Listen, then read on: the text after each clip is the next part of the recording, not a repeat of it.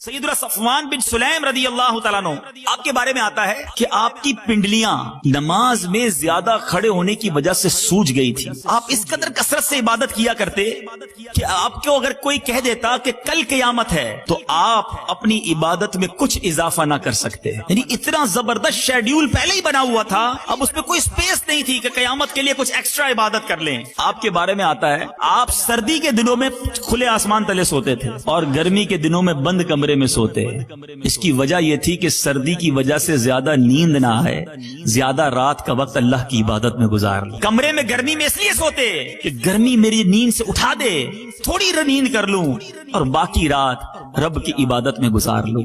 اور ایک ہم ہیں کہ بڑے آرام دہ کمروں میں ہوتے ہوئے جب فجر کے وقت مؤذن اذان کی آواز لگاتا ہے حی علی الفلاح حی علی الصلاح، ہم اوندھے منہ ہو کر سو جاتے ہیں. لوگ کہتے ہیں نماز میں آنکھ نہیں کھلتی. میں آپ سے سوال کرنا چاہتا ہوں، جس دن آپ کی صبح 6 بجے کی فلائٹ ہو کیسے آنکھ کھلتی ہے؟ کتنے الارم رکھتے ہیں؟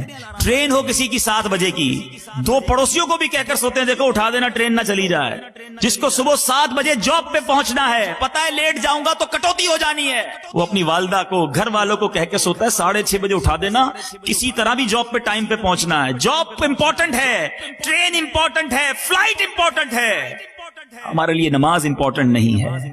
ہم نماز ضائع کرتے تھے. ہنستے ہنستے لوگ کہتے ہیں بس جناب 4 نمازیں پڑھتا ہوں. شرم نہیں آتی کہتے ہوئے کہ میں فجر ضائع کر رہا ہوں، قضا کر رہا ہوں؟ کبیرہ گناہوں میں سے گناہ کہا گیا نماز کو قضا کرنا. جس کو لالچ ہوتی، جس کو حرص ہوتی کہ یہ تھوڑی سی دنیا میں اپنی آخرت بہتر کر لوں، وہ کبھی نماز قضا نہ کرتا. وہ تو ڈھونڈتا اور عبادت کے موقع. صلو علی الحبیب صلی اللہ تعالی علی محمد. مجھے اپنی اور ساری دنیا کے لوگوں کی اصلاح کی کوشش کرنی ہے.